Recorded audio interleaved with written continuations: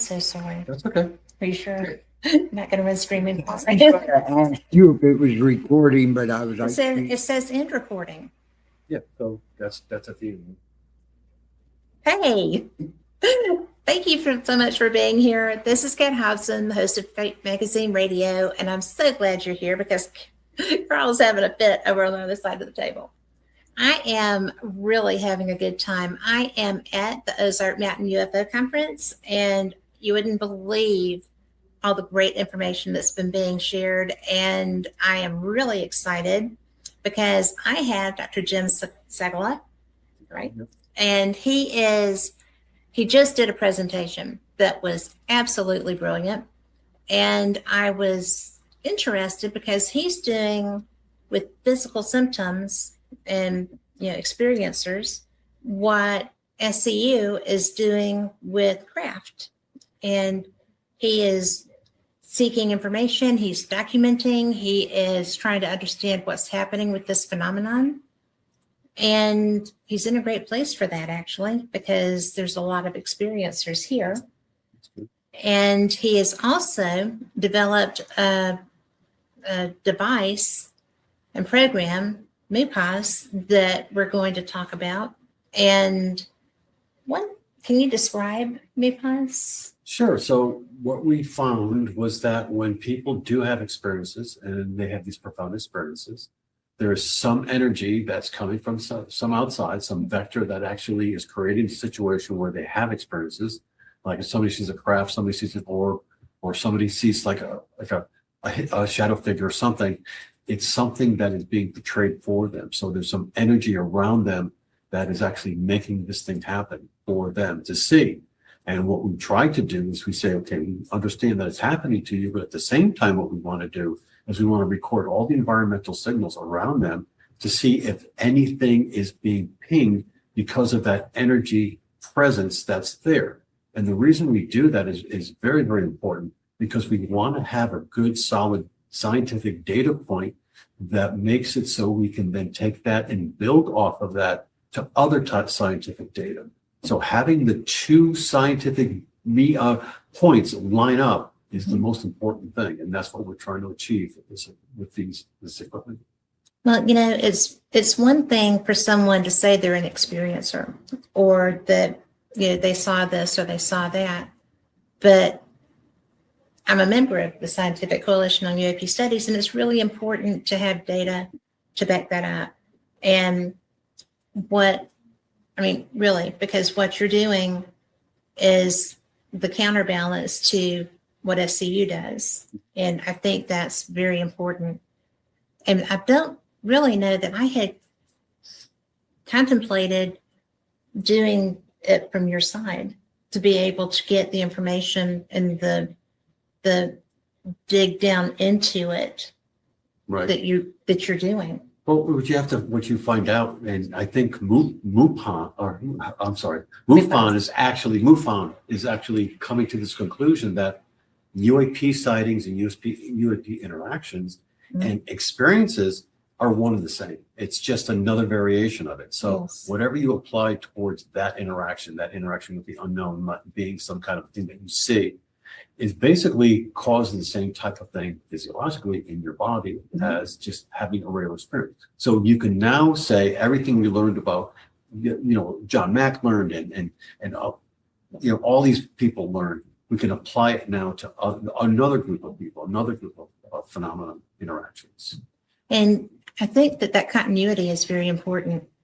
Yet we have better tools, more accurate tools, and different levels of data to dig into.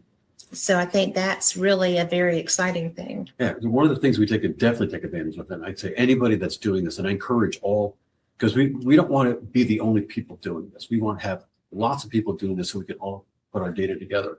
But we have to utilize the amazing technical tools that are available that can take somebody's narrative, the stories. I mean, these long stories, we get pages and pages of these stories and break it down so we know exactly how they felt, what they're really talking about, what was their interaction, how did they do it, was it something that they were frightened, was it euphoric, what was their sentiment when they did that? And those are the things that are really going to tell us what happened, how it happened, and was this something that was created by a benevolent thing or somebody that was like a sinister thing? Right.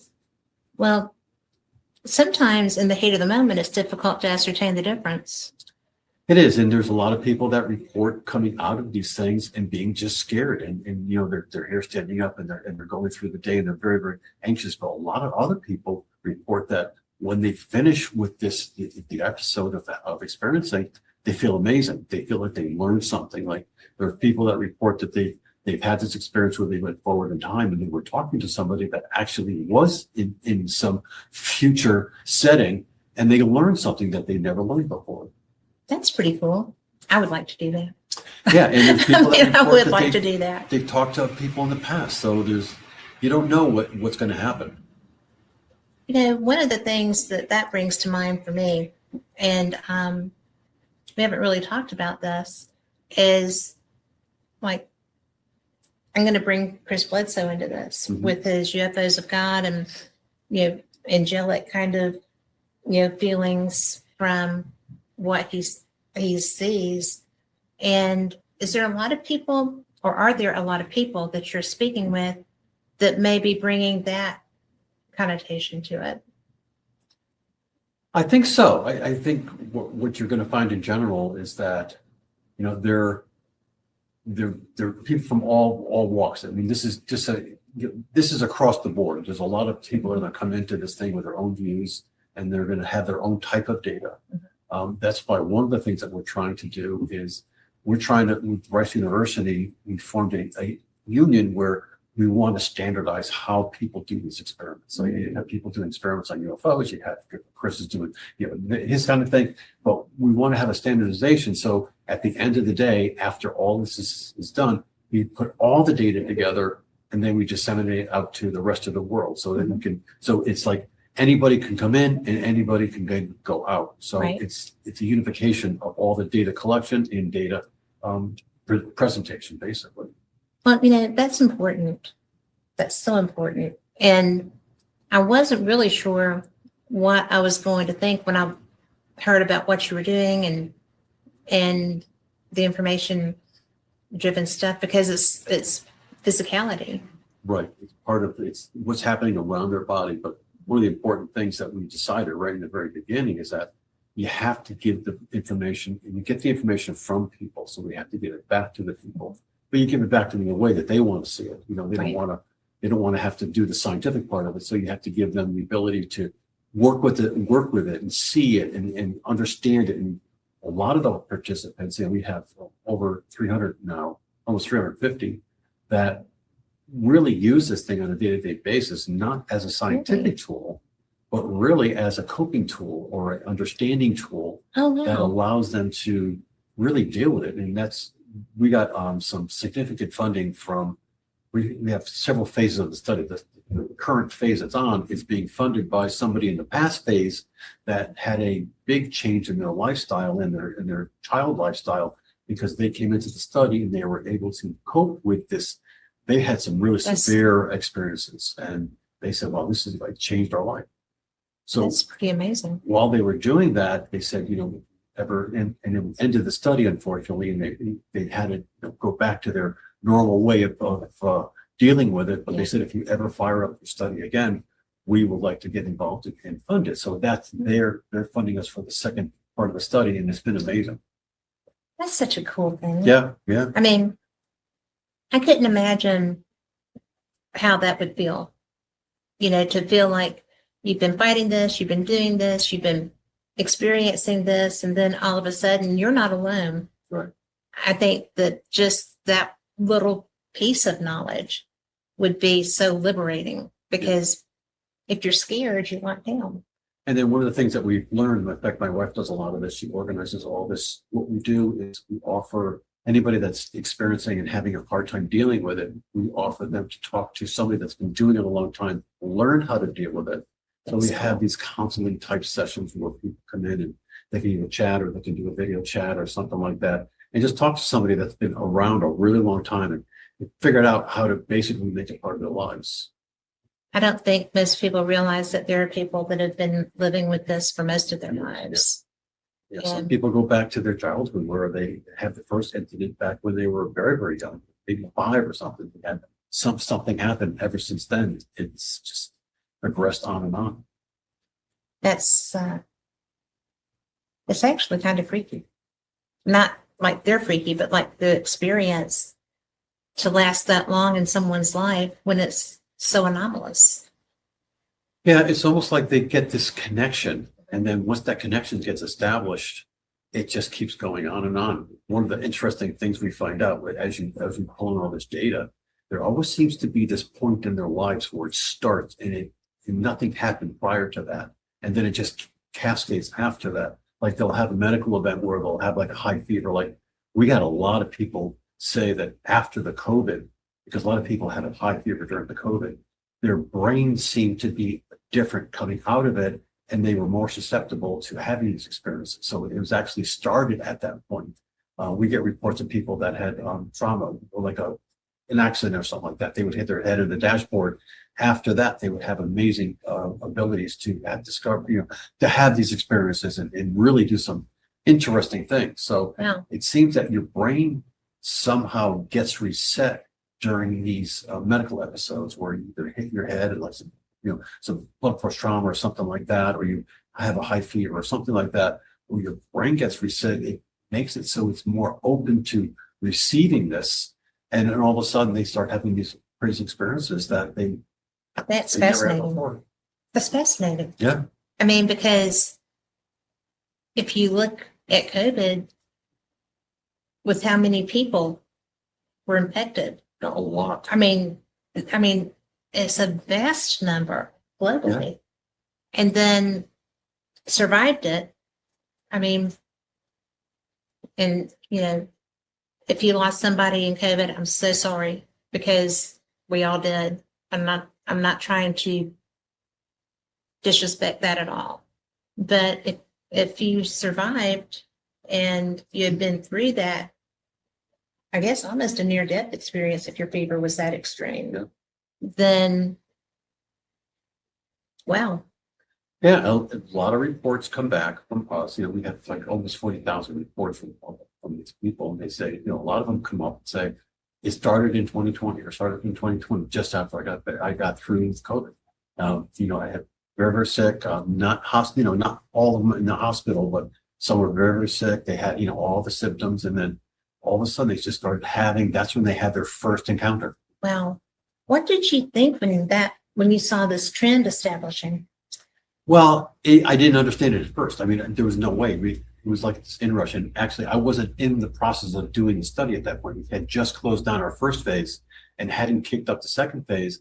And I was being contacted by many, many people saying, where is your study? I need to start documenting, because all of a sudden, I'm seeing things, I'm witnessing things, I'm losing time, I'm seeing things, flying around the bedroom and the house, and I need to get a hold of you. I need to, get a grip on this stuff. So, it was more organic growth that we had when people came to us and said, can you help us?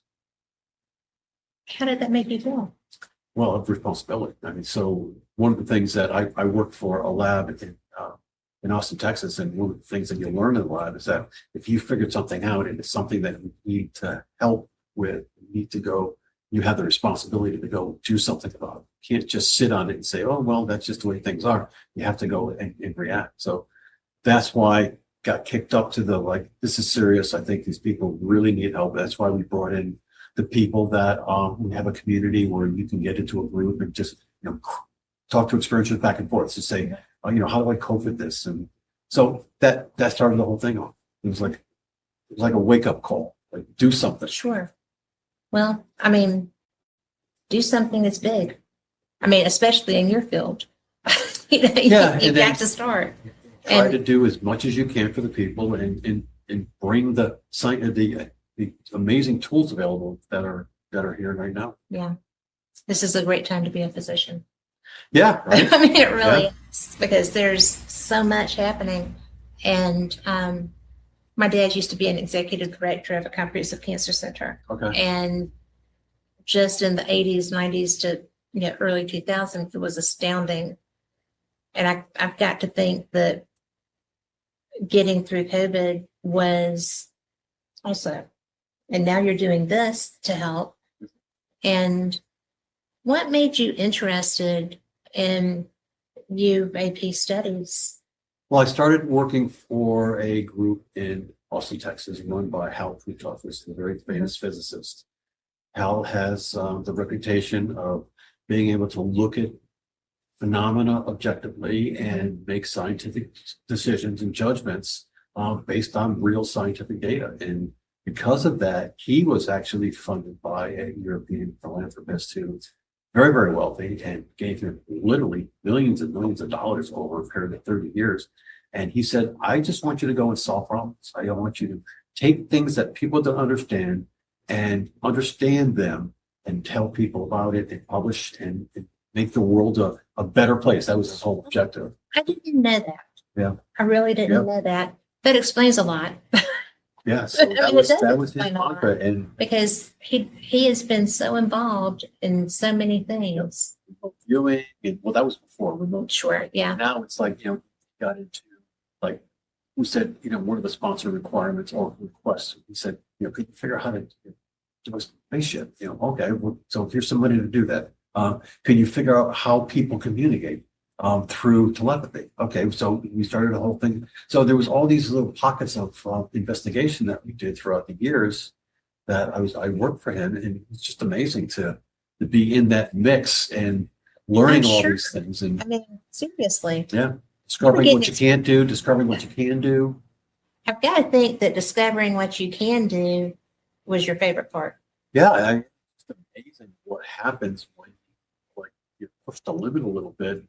So there was a researcher by the name of Cleve Baxter who had a very interesting science investigation track. What he would do is he would have a yucca plant, and he was basically a lie detector expert. He worked for the FBI or something like that. And he one day, for some reason, he put the lie detector clip or whatever that thing is on the yucca plant, and he was doing whatever he was doing, and he noticed that the yucca plant was reacting to him a little bit. So every time that he would do something, like get up, or the yucca plant would have some kind of reaction. So he said, that was kind of strange. That is strange. And then he would say, okay, well, if you do that, then he would say that happened with all plants. So there was a book that he wrote that was very, very interesting, that kind of led you down the fact that he could actually take two yucca plants, separate them over vast distances. As long as they were initially together, he could make one react when another one was actually, motivated or messed with Upset. or something like that. Yeah. And so he proved. So yuccas were reacting like Joshua trees. Exactly. So Huh? there was some connection. And then, of course, he ran the experiment where he said, okay, let's put him in Faraday cage. Let's do all the scientific so we know that it's not some pheromone or something like that. And he did a great job. And that's one of the things that Hal said to us, as his science crew, can we repeat that? But let's do that in a little bit more stringent scientific way. Because Cleve Baxter wasn't a scientist. He was an engineer or something like that. So we did that. We used mouse neurons, and we grew them up, and we did a whole bunch of experiments, and we showed that, we can take two populations of neurons, separate them over vast distances, and be able to have one react when the other one reacts. And that's the kind of thing you do in Hal's lab. And, of course, another thing you do in Hal's lab is understand why are these people getting injuries during the time that they're having experiences. Which is pretty significant. Well, now that now that we've find out that there's so many people that are out there, we did experiments or we did analysis and said, and that was a big question I always had: how many people actually are experiencers, people that actually have this unknown phenomena happen to them? And we did an analysis, and it's almost like 25% of the population, which is an enormous number. And if you think 25% of our population in the United States, I mean, that's several hundred million people. So that's a lot of people. Whoa. I'm blown away. Yeah. I really a lot am. of people. Because when you stop to consider, that's such a high percentage of our population.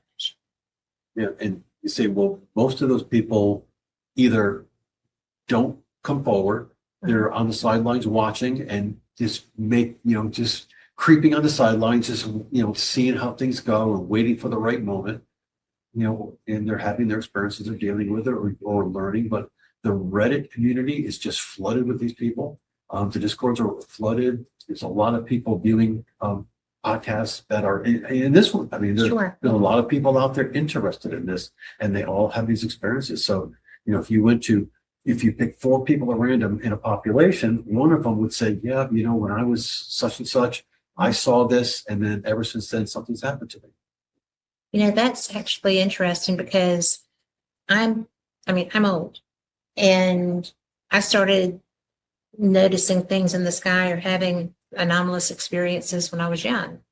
And my grandma used to just laugh at me because she was like, really? Yeah. Really? But we were always out at night because my grandpa was a railroad engineer. And if I was staying with them, we would get up to go pick him up when he got back to the roundhouse when he got back from his run. Sure.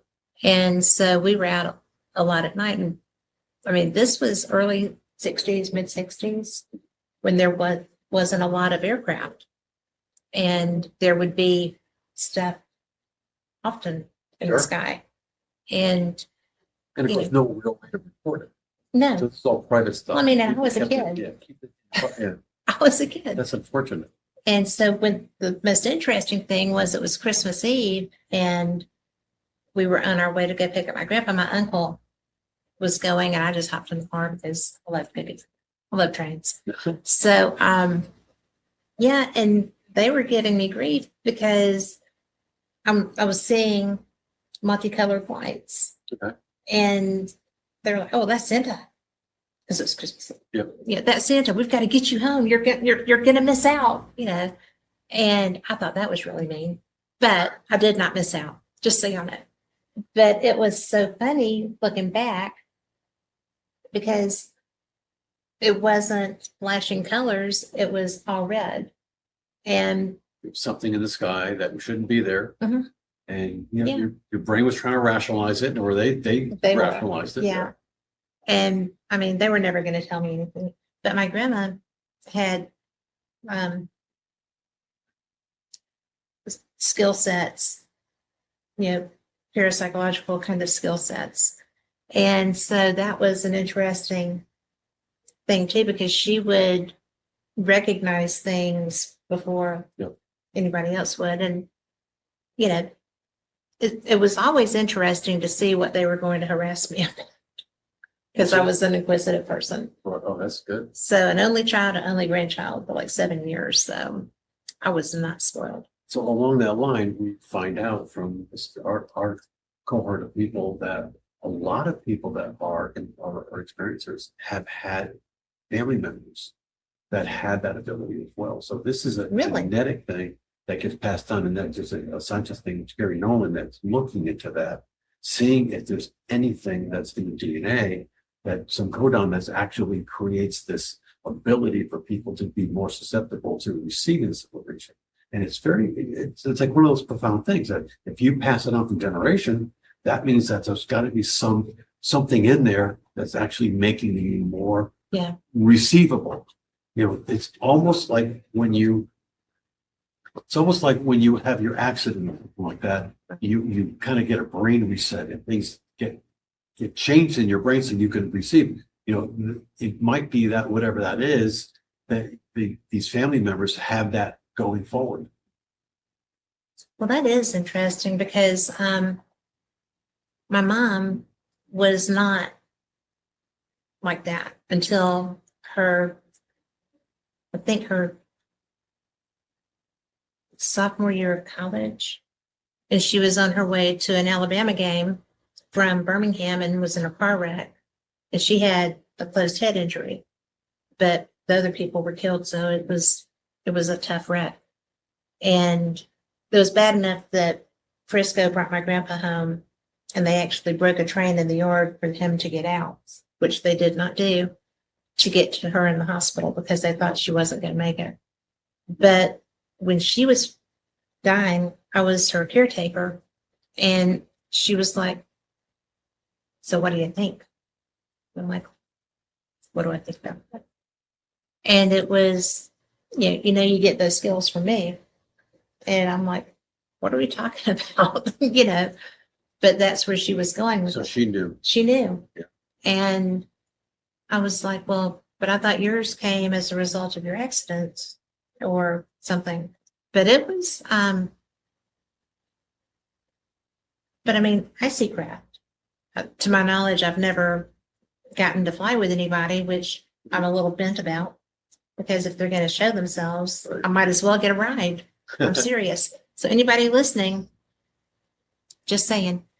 But I'm a deck sitter. I'm a hammock layer. I'm a dog walker. I'm a dog player. I mean, I'm always outside. Yep. And so, but I live near an airport, so I also have discernment. I know if something is like weird. And I was very excited because a friend had told an experiencer who had brought a video to UFO Congress one year that what he had was Starlink, Okay. but there were only two. So I was very excited because I saw a very similar phenomenon outside my house. I live near air refueling wing, Okay. and I know what they look like when they're practicing. So because they do practice at night and stuff. So I saw the same phenomenon that this young man had brought to Phoenix to show someone. And so I was excited. I told my friend, I saw that. I actually saw Starlink because that's what he told the guy it was. I saw Starlink. I'm so excited. Woo. So I was at a conference in California and we were doing a Skywatch. And a real Starlink went over. It had a lot more than two. And it didn't look like a gas barrel or an oil barrel, Yeah. So I was so disappointed that I hadn't seen Starlink. And my friend said, I never said that. And I was like, yeah, you did. I was standing right beside you. And if you're watching this, I was standing right beside you. So it was really one of those most bizarre moments because this is somebody that is supposed to be helping people who are showing interesting things who did not. And then when I came back and said, this is what you said Starlink looked like. No, I didn't say that. And I'm like, Yeah. Dude, I am not the person you can do that to, But It's interesting because it's just been lately, I've been getting reports from people, and we get lots of this stuff. sure you do. The principal person sees something, photograph something with their phone. The person standing next to them doesn't see anything and can't photograph it. So logic would say, okay, well, maybe, but what about the phone is not? The phone is not picking up. Yeah. And I don't get that. And that's just one of the most disturbing things lately. So I had a conversation with a bunch of people from Australia, and they showed me the video, and sure enough, I mean, it's legit. But they said, here's the video from the phone next to me. Nothing. And That's I bizarre. can't understand that. And as a scientist, that just bugs the heck out of me. That's completely illogical. Right. Yeah. That doesn't make any sense. It doesn't line up with our intuition. But what I tell everybody is that when you get to that point where you don't understand, that's when you start investigating. That's the thing. Yes. That's the data point that you have to kick it up. And I was talking to this person in Australia, and I said, and they were frustrated. They were upset about this whole thing. I said, I don't think you understand.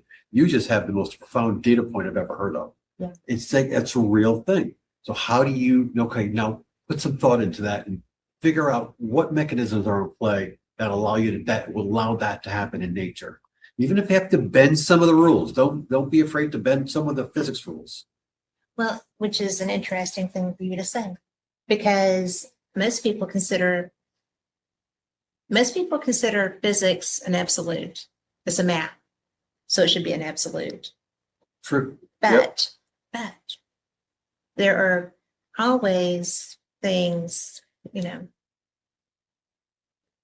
that are very interesting in physics, because that's what creates the problems that have to be solved. You have to find a way to understand why this is happening. Right. It's not something, it's supposed to be absolute. It's not behaving in an absolute way. Physics is supposed to be straight, quick, clean. That's right. And Obey the laws of nature. yeah, But when you work for Hal, so Hal's favorite line, and I remember this distinctly, he'd say, that sounds like a flyer. You would have these things that you put in front of them and say, look, this happened, and this is my hypothesis. He said, that sounds like a flyer. I want you to go try it. yeah. And that's what his job was, is to say, give it a shot. What's the worst that happens? So that's the kind of thing that we investigated. Well, and that's the way to have, that's the only way to move research forward. Yep. Give it a go. So you have an observation, come up with a hypothesis to kind of understand that, and then you experiment. That's the scientific method. And sometimes devising the experiment is difficult because you're having to alter your mindset in order to create an environment That's true. that you're going to be able to be comfortable testing in. And I think that I have a lot of friends who are very rigid in their thinking relevant to UAP. And they should be, because that's how they were trained to think. And that's how, they want this specific way to understand something. And they're doing a great job with that. I'm not downgrading that mindset at all, because a lot of people wish mine were more that way.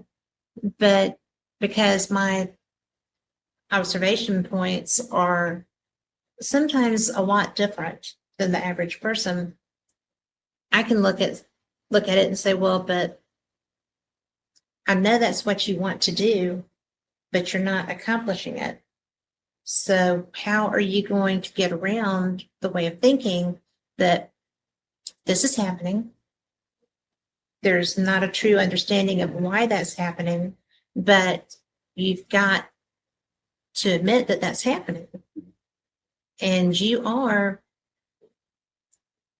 a scientist, and you can't figure out how to evolve a program or a format that's going to get any other answer other than that's anomalous. Right. That makes scientists crazy. I mean, it does make scientists crazy. And, how do you get around that?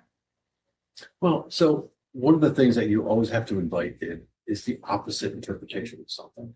You can't, if you let somebody say, this is how it is, and they're going to go down that road, and if they're wrong, obviously that's going to be something that they have to backtrack. So you always invite the other side. If you have to have both, you have to have both sides of the argument. So when people ask me, all these naysayers, the people that nobody experiences, say, well, you need those people. It's not that you're going to prove right or you're upstate them, but you need those people to drag it to the other side, because the odds are that it's somewhere in the middle. Yes. That's how politics is created, right? It's somewhere in the middle is the right thing to do. Science is somewhere in the middle. So you can't go down this euphoric road and go crazy. Yeah. You have to be drawn back the other way. So you have to deal with these people, and people have ideas. I mean, so you have to have a melting pot of ideas, and then out of all that comes the idea. So science is incremental. You do something, somebody builds on top of that, they take it in a different direction, and then eventually it pyramids and it comes out to the top and say, okay, here's the theory that makes this, that explains exactly how somebody can take a picture of something and another person next to it had the same camera and doesn't take a picture. Yeah. So that's And our cell phone cameras are jamming. I mean, that should not happen. no, they're At all. extremely good cameras. I know. Right? Yeah. I love them. But because I used to shoot a Nikon D90, Yeah. and my cell phone has almost replaced that. Right. So it's ridiculous. It's ridiculous. But when you started, okay, Skinwalker Ranch, Blindfrog Ranch. Right. And before we got all of this moving, we were talking about this. So Skinwalker is a little bit more freak of nature-y.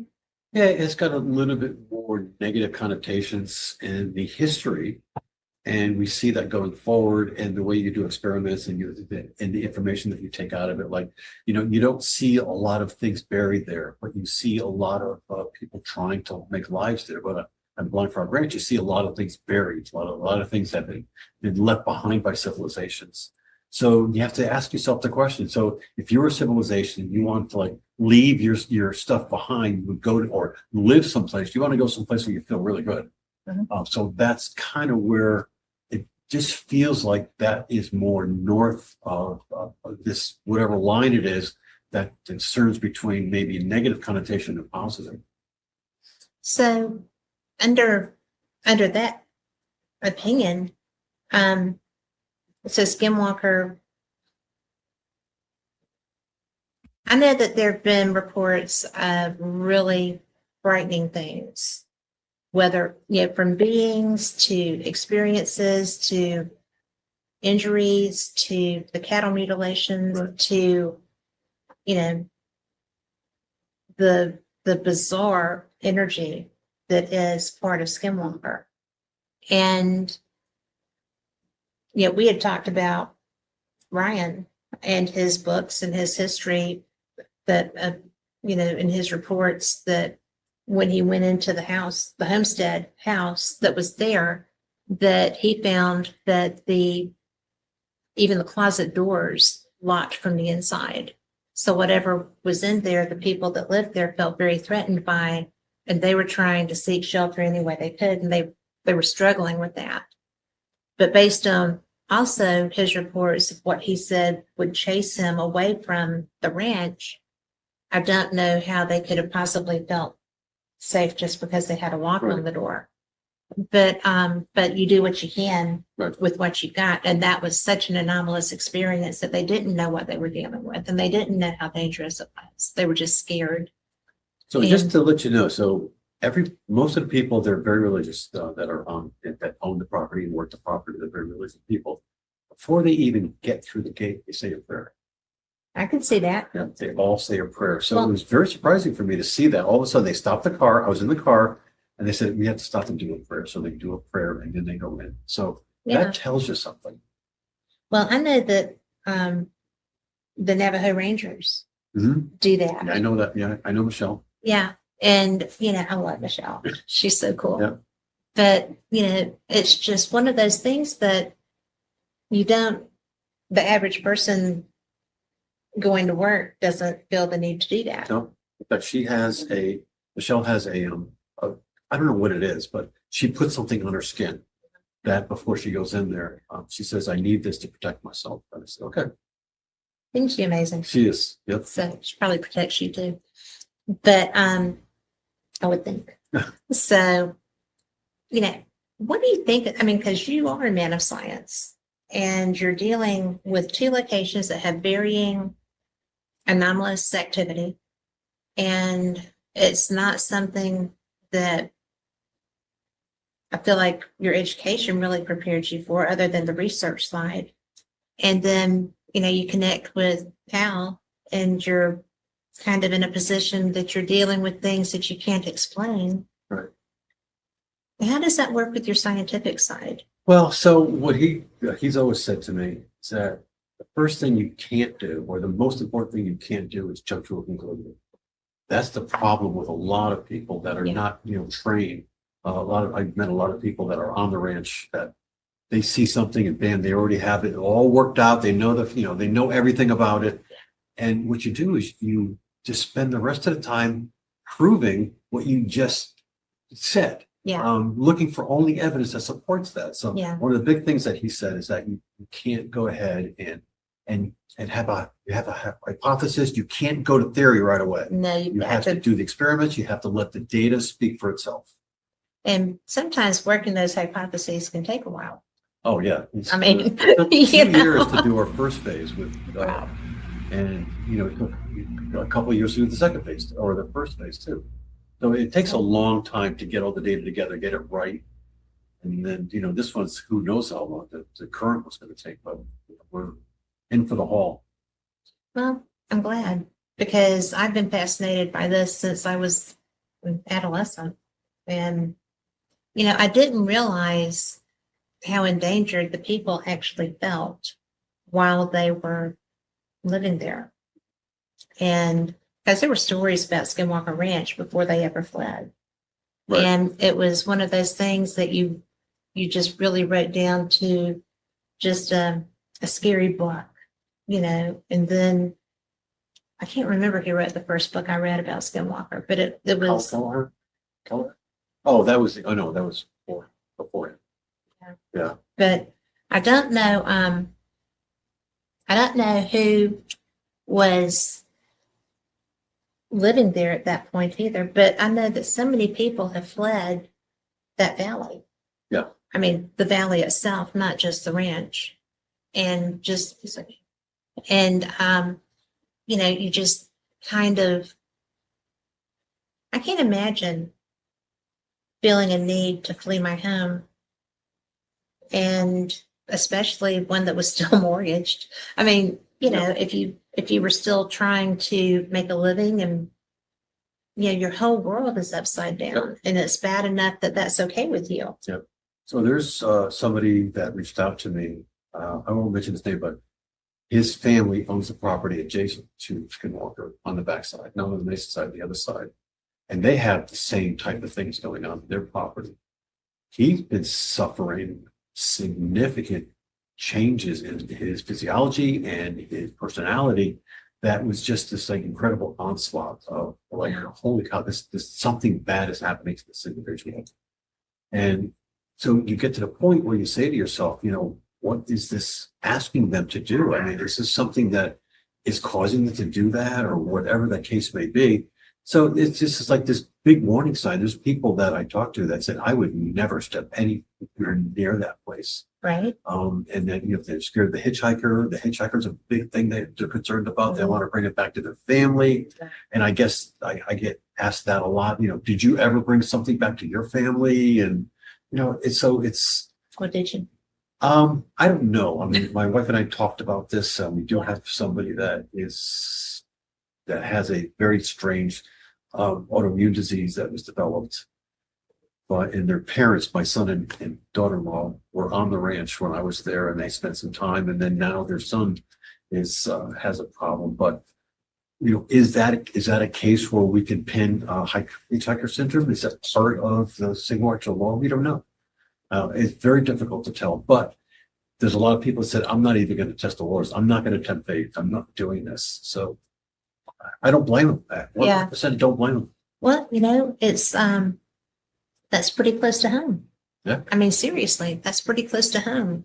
And I don't think that, I would probably go there. I don't think that I would not go. I would go there with somebody that's experienced on how to deal with it, like a Michelle. Or I would go like with that. Michelle. Michelle, I would go with you. In fact, she's the first one that brought me there Yes. and walked me around, showed me where all things happened. And just amazing. So,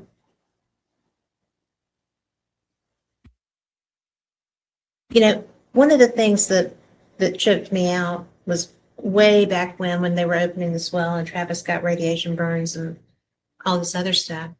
And then the llamas. The llamas broke my heart. Yep. I'm an animal person, but you know, that has to be so trippy because there's no reason that wouldn't happen to some person walking around the ranch in the dark. No, I agree. Yeah. And so that's just trippy. Yeah. It was a bad, when we got there, it was like they got brutalized. I guess there was a pack of dogs that really tore them up. But, you know, it's just bad things happen there. I think one of the things that going back, you know, before this current ownership, Bigelow spent so much money on that property trying to understand what was going on. Yeah. And he got just so frustrated because every time that he thought he had it nailed, he would set up an experiment to go measure it here, and it would end up being someplace else. Yeah. It'd manifest itself way on the other side, but you know, it would be like almost accelerated and amplified. You know, just I to can't prove. even imagine that annoyance. And he's the guy spending millions of dollars Yes. getting this instrument and scientists and all this other kind of stuff. And he just got frustrated and threw his hands up and said, "Look, I can't continue this." Yeah. Because what his hope was that he would figure this out and be able to use it for his stuff, Yes. in his businesses. Well, he is very innovative. I mean, he definitely thinks outside the box, Oh, yeah. and doing Yeah. that would be indicative of it. Yeah. You know, I know there are different opinions. Bigelow, I think he's brilliant because he puts his money where his mouth is. He becomes interested in something like this, Right. and he'll really bust a hump to get answers. And look at all the things that he has changed in the world. Sure. He is somebody I think is very cool. Yeah. But I'm just so,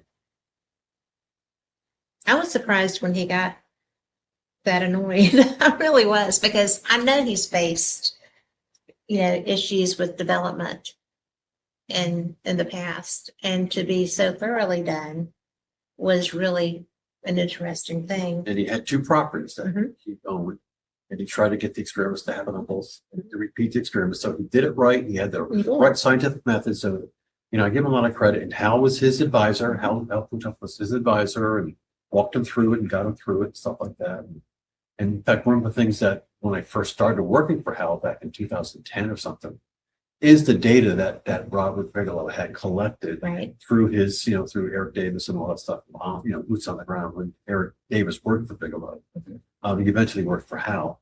But anyway, so going through that data, that was my first exposure to anomalous events. Really? Seeing some of these things they would do site surveys every day, so they can make these poor scientists walk around their instruments every single day. He was a pretty Wow. Get out there. I want data every single day. That's He charted it. That's a pretty big area It's to do it every 5 day. acres. Yes. Yeah. So, anyway, And so- surveying's hard work too. yeah, That's a hard job.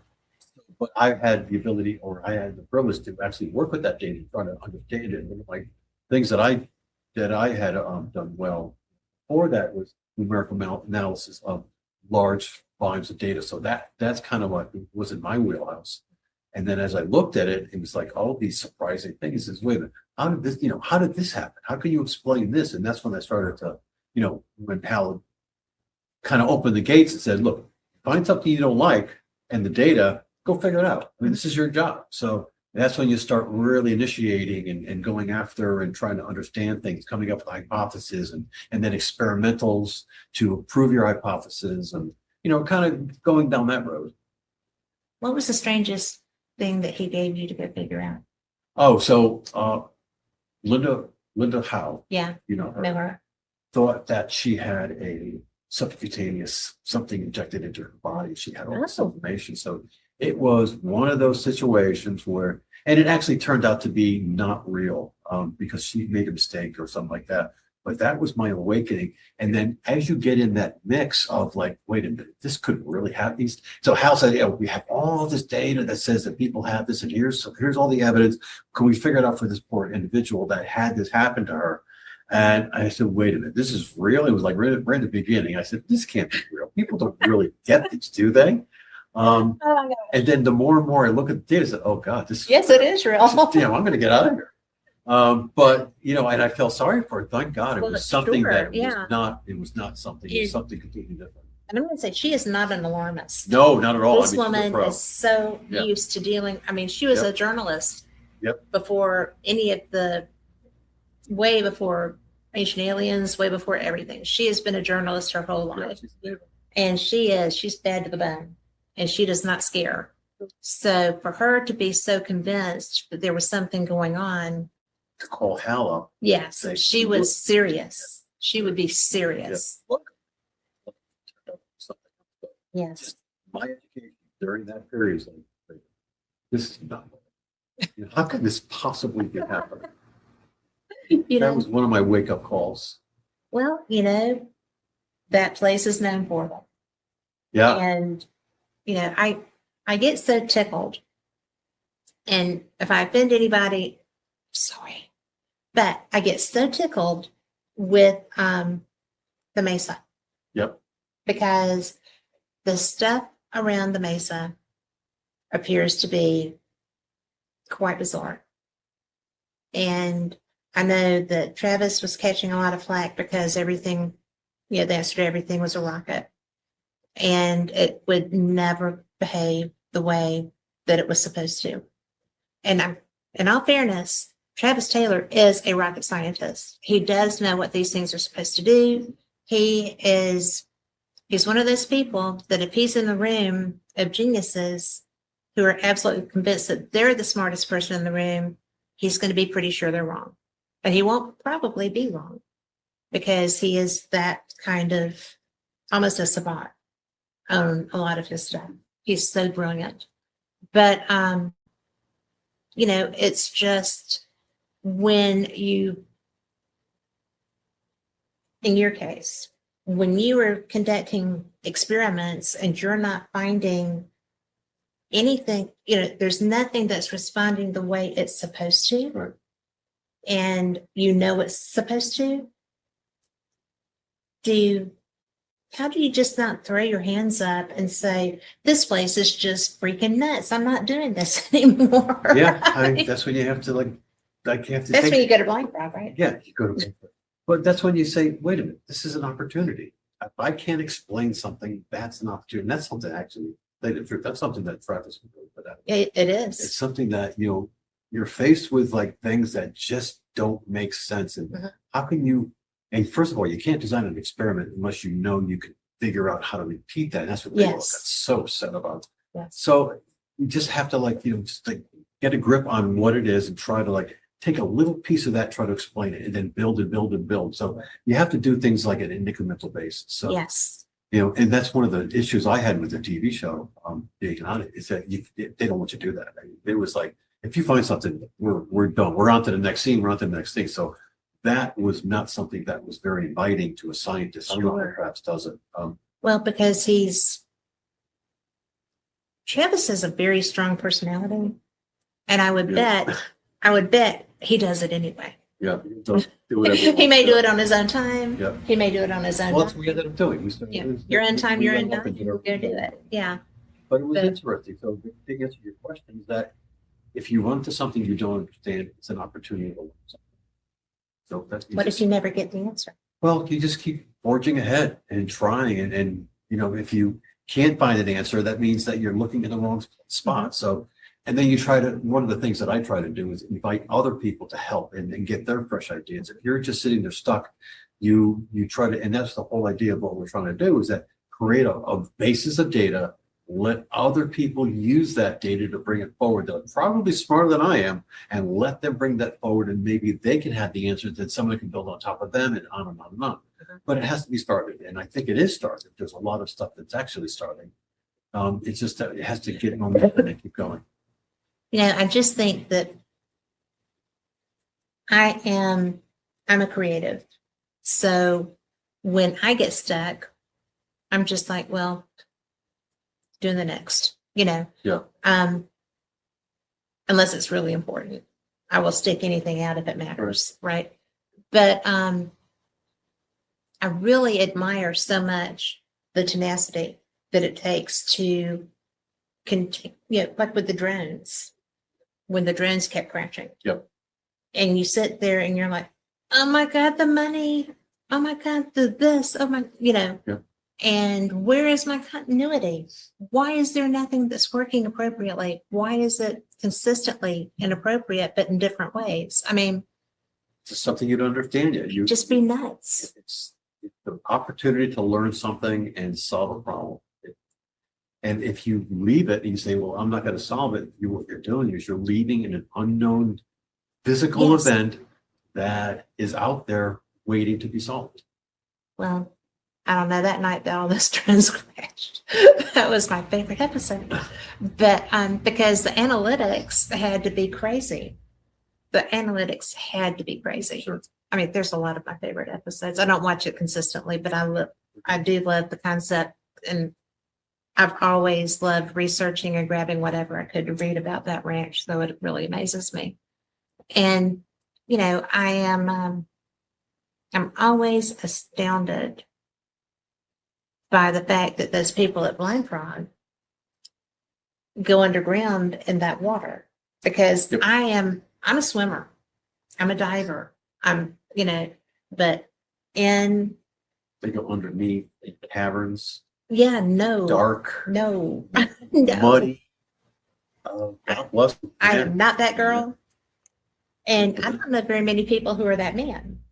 I mean, really, I think they're crazy. Yeah, I need to look up. I think they're crazy. I think y'all are wonderful. I think you're crazy. So, well, one of the things that I think is the energy on these two places, despite them being in the same geographical area, are bizarre. I mean, It you don't is a feel big threatened when difference, you're yeah. at Blindfrog.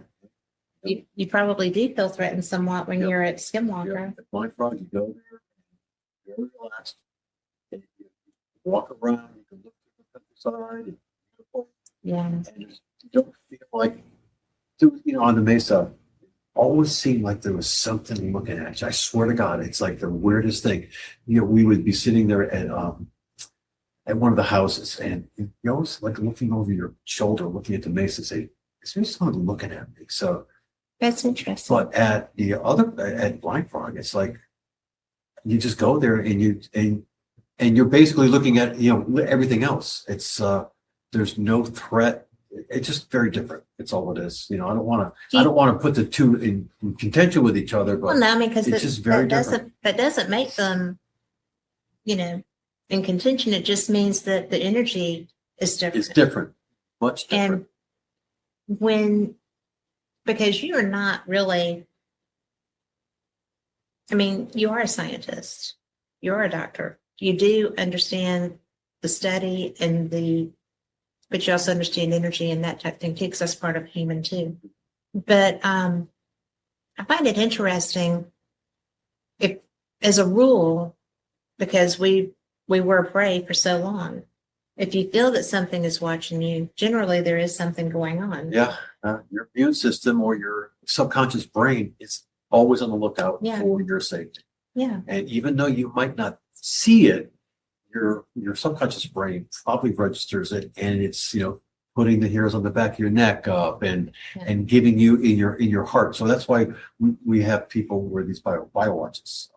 So, and we monitor their heart rate, and we monitor their tremors. So when people get nervous, they tremor.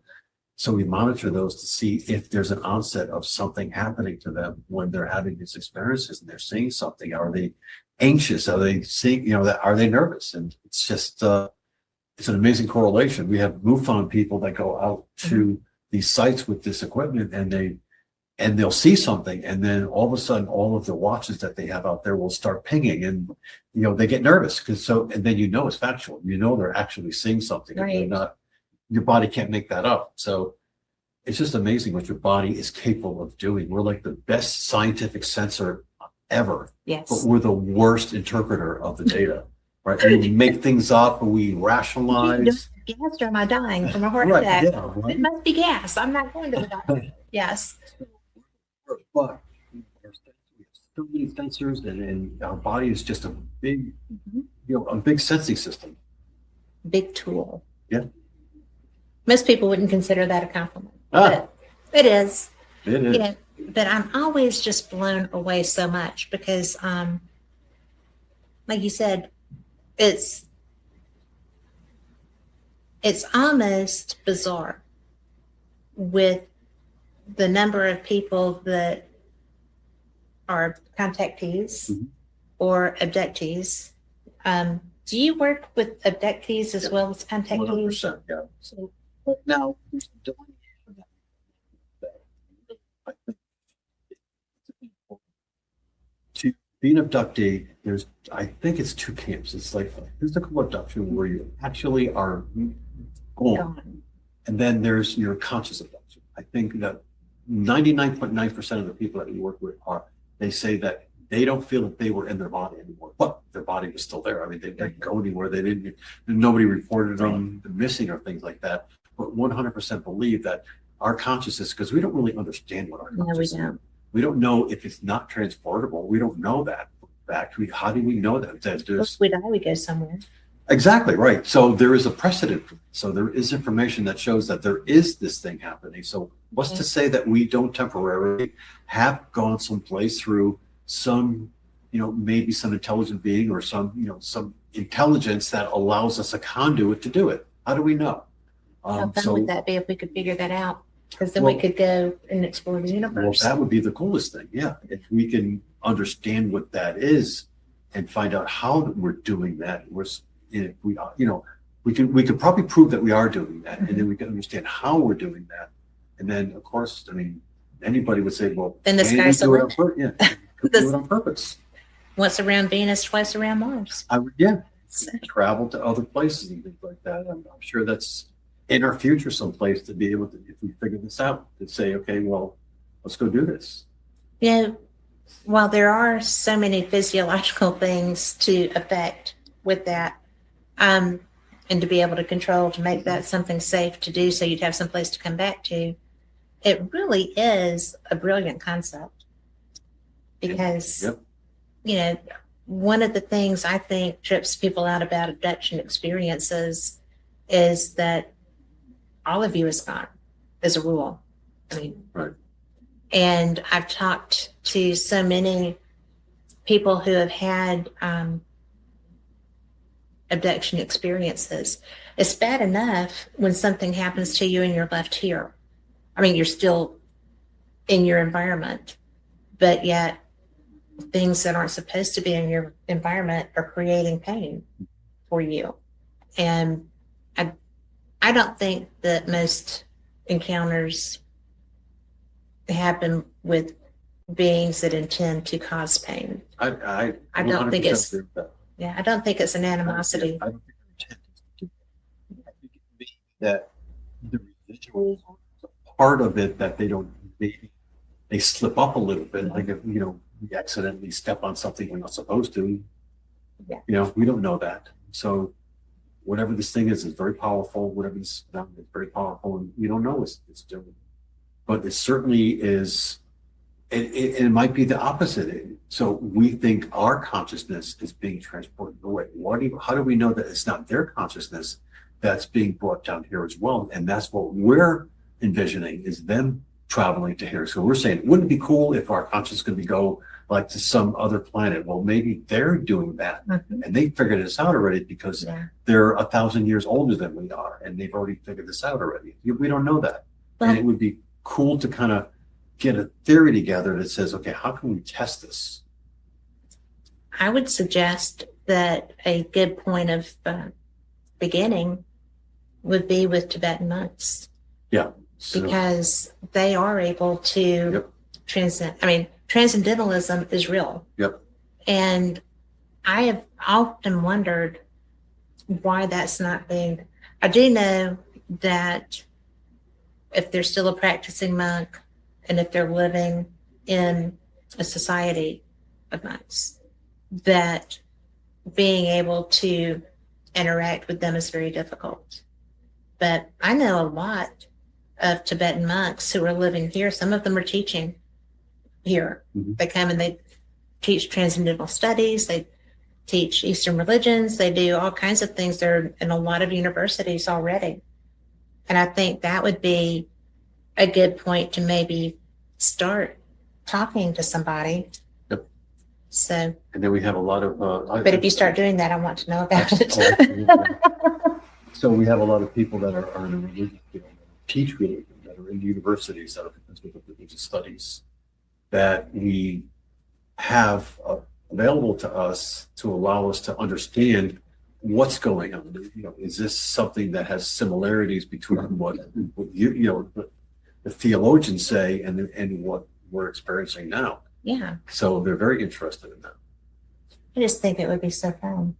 I think that's maybe our next phase of humanity. Well, what's really fun is when you watch a monk go into, it's almost like a hyperstate, like, is that the right term? I don't know. I don't but think it that's sounds, the right. It sounds very good. But, well, there we go. But I do think that when you watch them in their meditation state, and they're not there. Mhm. I mean, they're really not there. And that is discipline. And, you know, if discipline is what it takes to be able to transcend time or space, then that's already in place there. And I do think a lot of times when they're doing when I do transcendental meditation, I'm unaware that, I'm not here. I don't feel that I'm in here. And that's been since I was an adolescent, because I used it as escapism in bad situations. And So I 100% believe that people have that ability, and some people don't know they have the ability. It happens to them, and they then say that is an out-of-body experience for them. Mhm. So there are certain people that have the ability to do that, make it happen, and then some people just happens to. Which says it's an innate ability within our bodies to do that. We just have to figure out how to control it like other people have done. If Yeah. monks can do it, then there's precedent that other people can do it. Well, and I think that it's one of the best theories I've ever come up with. I'm not a big, that's not true. I do think about all kinds of things like that. So it's just one of the things that I would love to do the once around Venus, twice around Mars thing. It would be interesting to be able to do that. So With no propulsion system. sure. No Eat propulsion faster than system. I don't Sorry, need Hal. that. But, Yeah. I know you want to do it, but it makes sense. So why transport? You think about what we did. We went around the moon.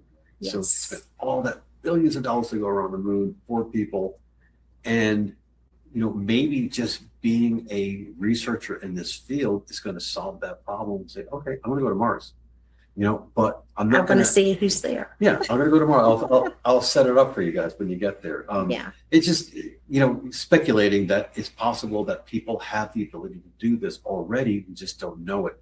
And we've been kind of picking around the borders a little bit, seeing a little bit of it. And all of a sudden we're going to make a startling discovery where we say, oh, yeah, by the way, we've had this thing in our brains all the time.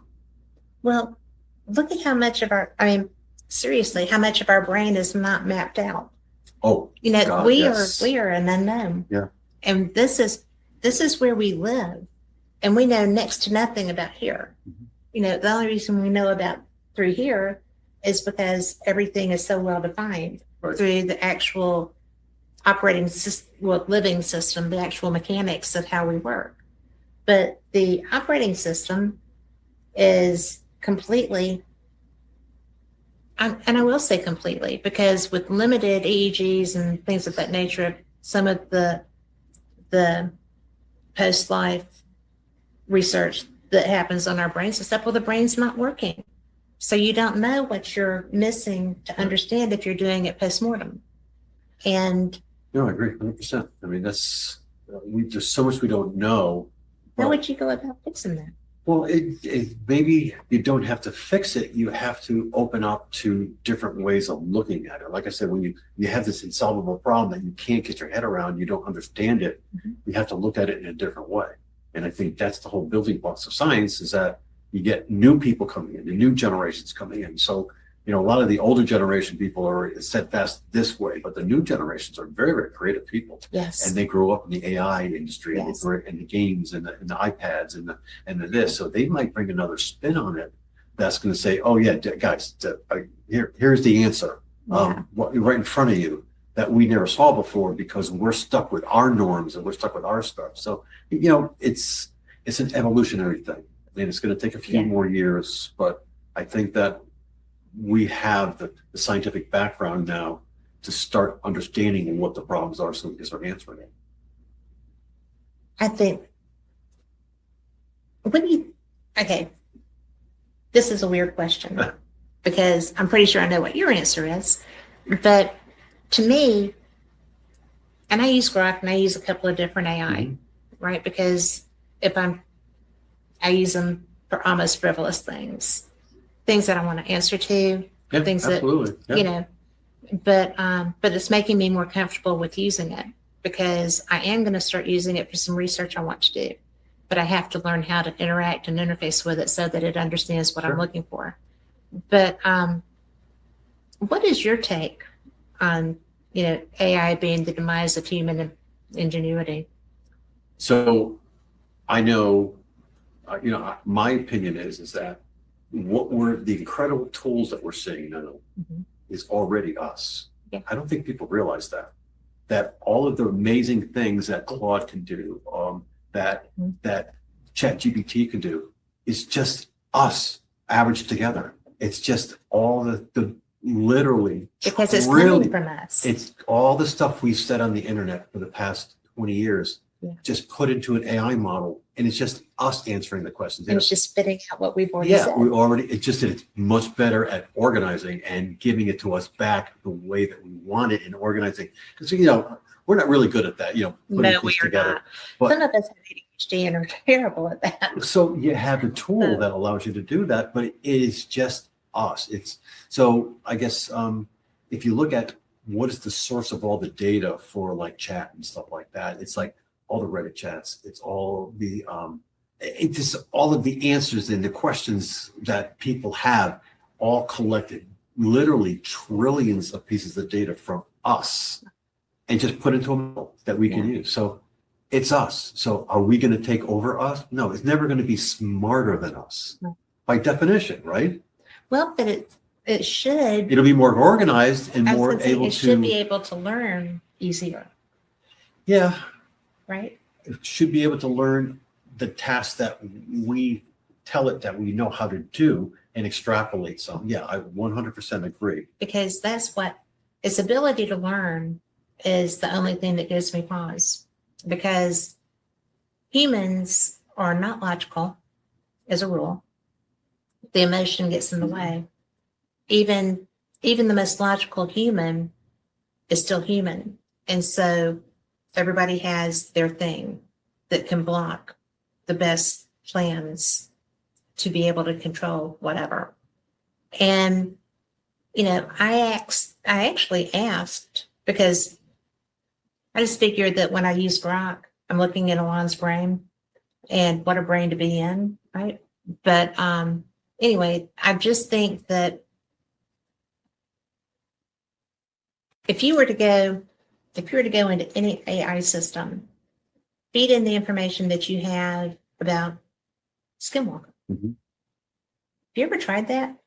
I tried on other things, not that particular one, but That would be a fun one to give it a go. I might do that tonight.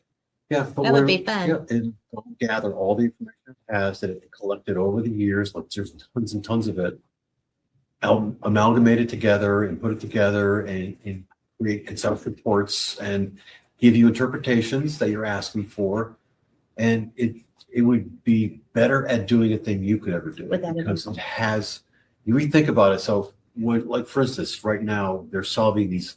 There's 10 tough mathematical problems that were postulated by some very famous Fields winner, a mathematician, and it's like $1 million each or something like that. They just solved one. One of the AM models just solved it. Yeah, and It would do that with those puzzle pieces. it could be. That would be cool. One of those. My husband would love that. But it would show. That's his favorite thing. It shows you that this thing is not smarter than us. It took all of the proofs that it's made mathematically Mhm. over the years, and it had all that at its disposal to solve the problem. We have the same thing, but that we just can't piece the things together as well. Right. We forget about this. Oh, I forgot about that. Well, yeah, organizational skills. Organizational skills. So computers don't forget anything. They have everything at their disposal. They have ways of looking it all up. So it's great tools, but it's us. Yeah. I think it's so fun. I It really is. do. I love Yeah, I love this. using it. I have to use it. Yeah, Well, because yeah. I know. I just have to use it because it's Fun. cool. I know, right? Because when my husband was like, "What is that?" The app on my phone. Oh, right. I was like, "That's Grok," and he was like, "What the heck is Grok?" And I said, "It is absolutely Alon's brain. Basically, it is Alon's AI. Elon Musk is so innovative. And, Oh, I mean, I don't absolutely, care what people He's really invented a think few about us. things. Pretty spectacular. Yeah, and I mean, he'll do, right? But I like his brain. And I think that stuff that he has done for society and our planet and stuff far overrides anything else. I mean, he is just so innovative. But I tried using Chat GPT, and it to me felt like it was more designed for kids Oh, really? because Okay. I didn't get the equivalency of answer Okay. that I was looking for, comparatively speaking. It was much more easy, you know, Okay. lower level Yeah. research answer. But I just think that there's so much happening, and the stuff that you're doing, you know, I'm just blown away by that because you're going to be part of getting the answers to why this is happening, how this is happening to experiencers.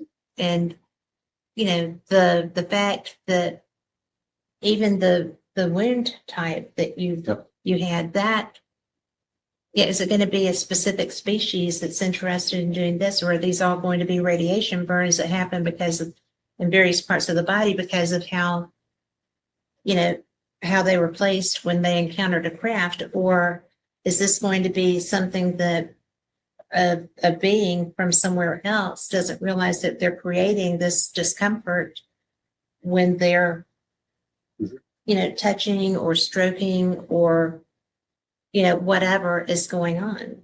Because the way your mind works is so interesting. And I could see some of that in your presentation today. Okay. And I like that. I mean, we need people that think creatively as well as, you know, with linear thought. And when you have somebody that can do a mix of that, Mhm. it brings so much to the table. It does. Yeah. And I And you think do. the problem that we're trying to fix here, it's so complex and diverse that you need to have a lot of different types of people looking at it with different disciplines. That's why right now I'm working with a statistician. I'm working with anthropologists, working with a psychologist. So you have to bring in all these people. I'm working with somebody that is an expert at interviewing. So they do an interview style that is not, I forgot what it's called. It's interesting way of doing it where they pull the information out of you without actually ever asking you a question. It just, they have a way of doing that. So if they, Conversation. it's something, it's very, very something like that. And they teach a course in it up at Harvard where they're, this is how this is a course they teach for people to take. And it's just amazing that, and you need those you need all of those disciplines all focused on this one problem in order to solve it. And I think that's the way you do it. That's why these groups are forming. So too. Yeah. Well, I think that we have somebody waiting on the room. So we're going to have to wrap this up. And I have to tell y'all that I am so thrilled to be here. And this is just fantastic. I mean, thank you so much for your time. But it's a cool road. And where can people find you if they have questions? We have a website. It's experiencer.com, experiencer.network.com. You go there and you can actually look at all of our stuff, look at our papers, see all the research and things like that. Well, and your devices, what? It's MUPAS. It's a device that was designed way back when we were with HAL that just basically sits there on your desk and just records environmental signals. So you don't have to worry about it. It just lets you know what's going on around you. So you know when you're having your experience. I think that's pretty cool. You know, because people always wonder. So with this, you want to What's going on? Yeah. Thank you so much for being here. It's a pleasure. I am just appreciative of that. Yeah, thank you. So we'll be back. There'll be some more added to this broadcast so that you will get to experience some more of this conference, the Ozark Mountain UFO Conference. And we'll see you later. Same cat time, same cat channel.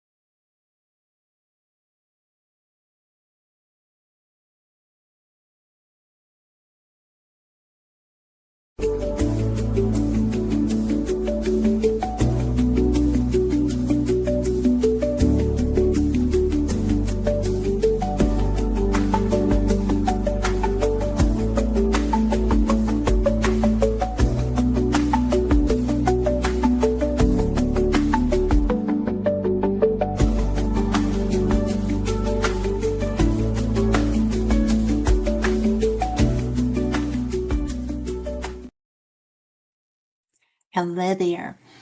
It's Kat Hobson. I'm here with the follow-up on the Jim Segala interview. And I hope that you enjoyed that because I thought he was brilliant. So I really would like to just talk a little bit about this really fantastic program that he had. And when I first saw him, I had been talking with his wife and trying to get an interview scheduled. And it was so much fun because she's brilliant too. And when I had the opportunity, I'm getting better, but I'm not great at doing these live interviews because I'm still learning the logistics of it.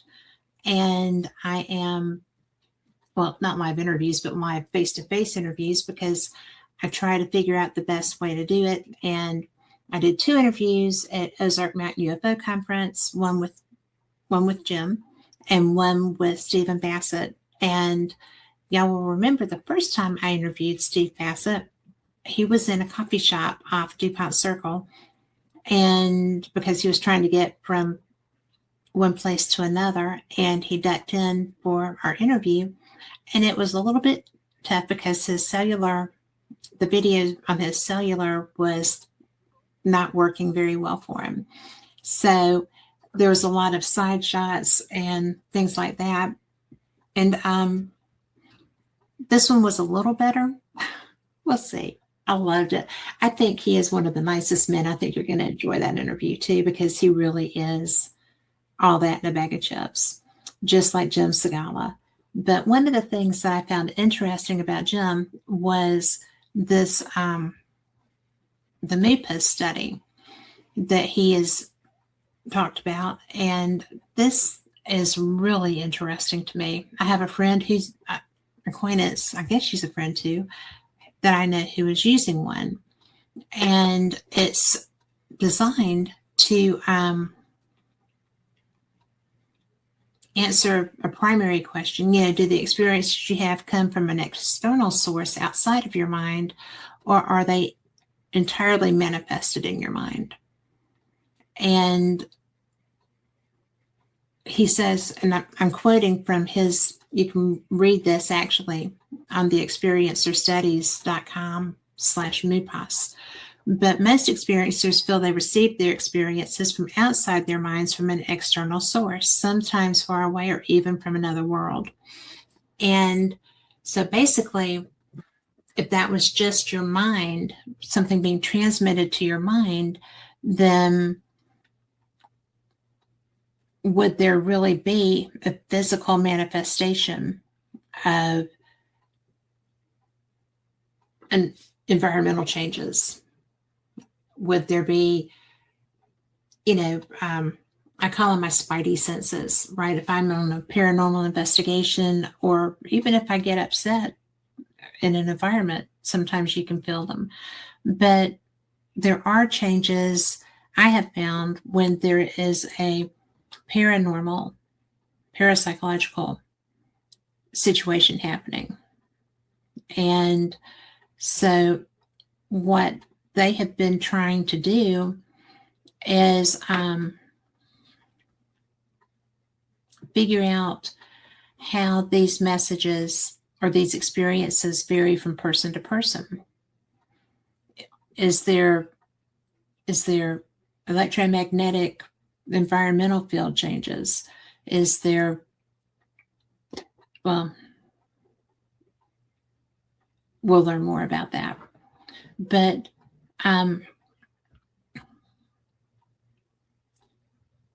it's it's odd how each individual person experiences these moments.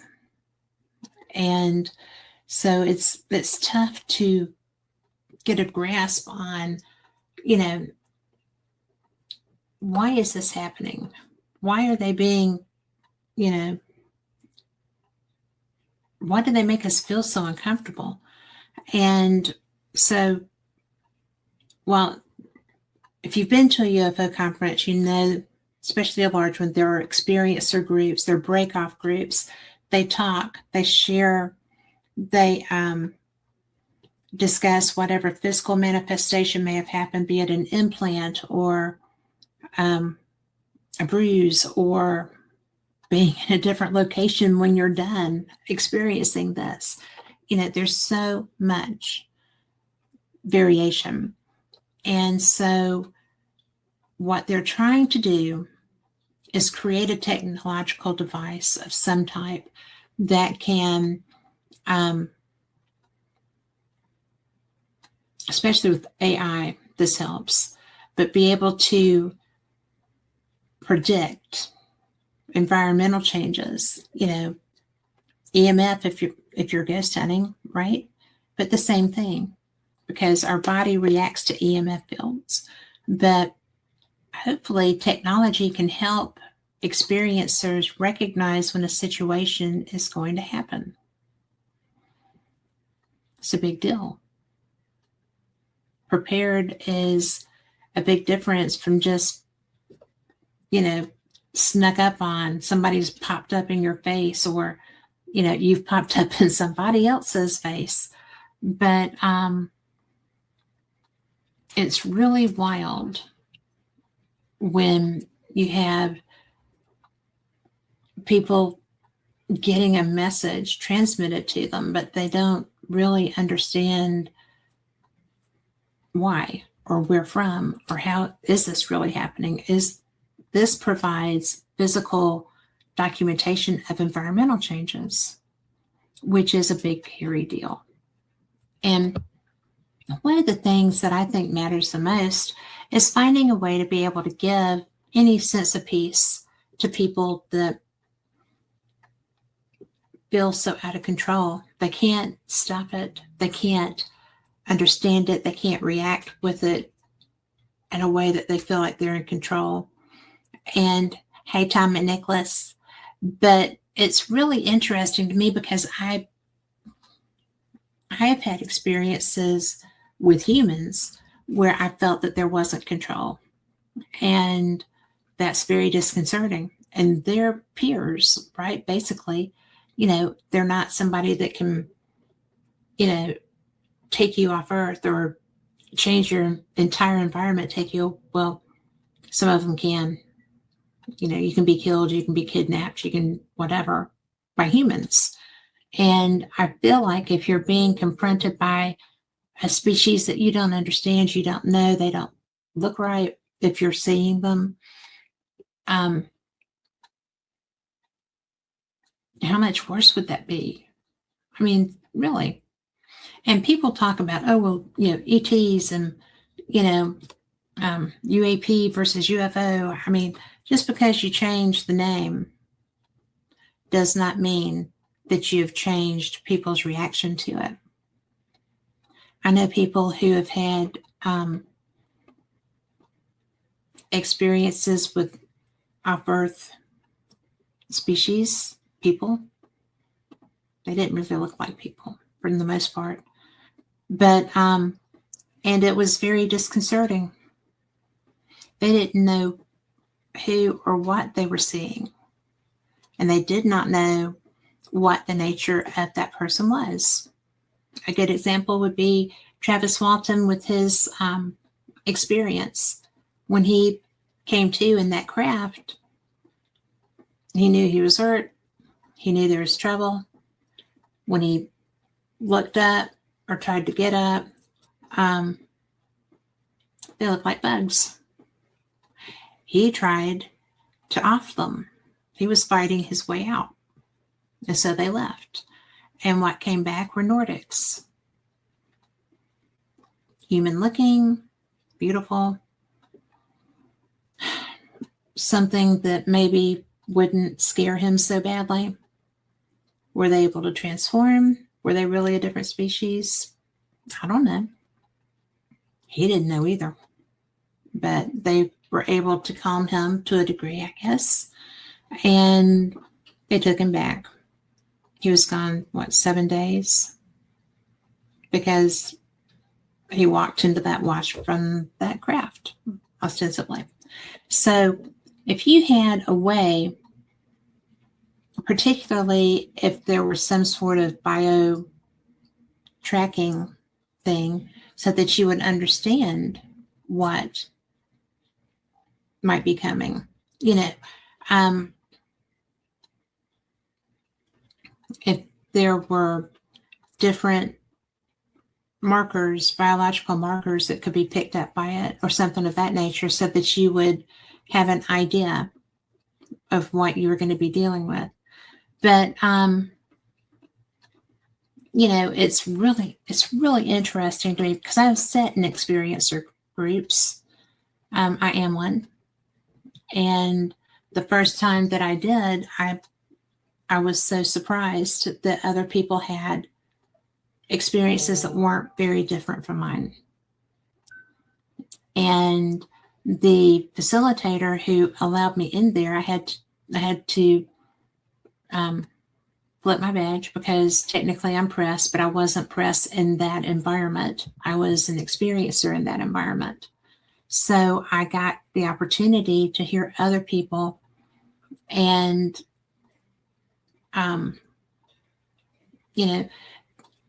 sometimes, only sometimes, are these people aware of who or what they're dealing with.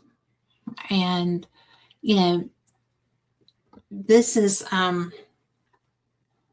was so interesting to me in the context of the conversation, because how the mind interprets the messages that are transmitted to them varies from person to person. And he says may even depend on their situation and location. So when asked, the people were only sometimes aware or who or what are sending these messages or why they're getting them. And those are not the ones that are face to face, right? So I just think it's so interesting when you stop to consider all the different people on this planet who have had these various experiences, and they don't know who it is that they're interacting with. The ones that have negative experiences, if they knew that was happening, if that was coming back, maybe they could just kind of gird their loins. Maybe they could find a way to find peace and deal with it. Maybe they would find a way to go away. I don't know what their solution would be, but, it's almost just like forewarned is forearmed. It's going to make you feel a little better. And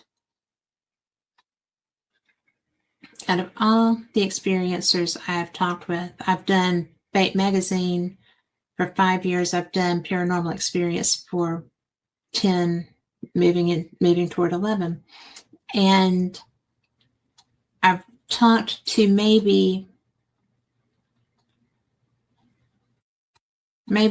10 tops people that had positive interactions with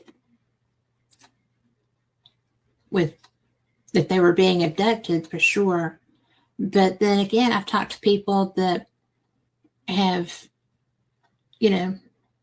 enjoyed their interactions, who, one's allowed to fly. She's a pilot of one of the craft. She, oh my gosh, she is brilliant. And if you can go back and look and find my interview with Dolly Safran, Safran, you would love it. She's so brilliant. But, I have talked to people who have had children with their, not necessarily abductors, but the interactions. And those are very few, but it still happened.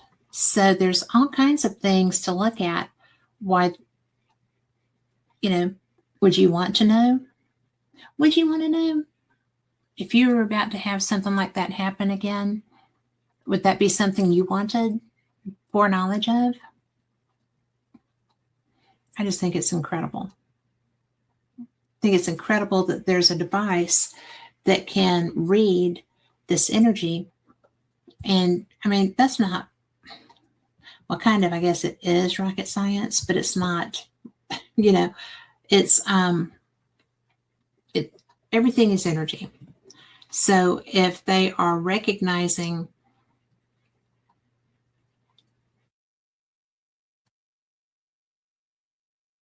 the energy coming, I wanted to say that, and I'm going to read this because it's fascinating. And this is from the MUPAS study. It's experiencerstudies.com/MUPAS. And I don't have my glasses in, so I can't read what's after MUPAS, MUPAS. But experiencers feel they received their experiences. I've read that. How the mind interprets these messages varies from person to person and may depend on their situation and location. When asked, experiencers are only sometimes aware of who or what is sending these messages or why they're being sent messages at all. For most experiencers, not knowing the reasoning behind the messages they're sent is uncomfortable. But technology can help in these situations by giving the experiencer a notion of a forthcoming event that may trigger an experience. Knowing what may be coming allows for some more control and better understanding of why that event was initiated in the first place. Technology can also be taught to recognize patterns and correlate experiencer events with other happenings around them, thus leading to a better understanding of their surroundings and energies that may be feeding the experience. So if that works, then you can somewhat control your experience. That's what it sounds like to me. And that's all part of what's being done to help experiencers understand them. It was developed to learn how to predict an upcoming experience event and give some insight into the experience's content. I can't even imagine how many people it took working diligently to accomplish this. And in our MUPAS Phase 1 study, data was collected for over 3 years from over 35 beta testers verified to be longtime experiencers that are continuously fed into the MUPAS AI alert engine so it can learn and understand how the experiencer process occurs. 3 years later, over 4 terabytes of collected data and over 300 individually recorded experiences, the MUPAS system can make predictions of experiencer events with high confidence. And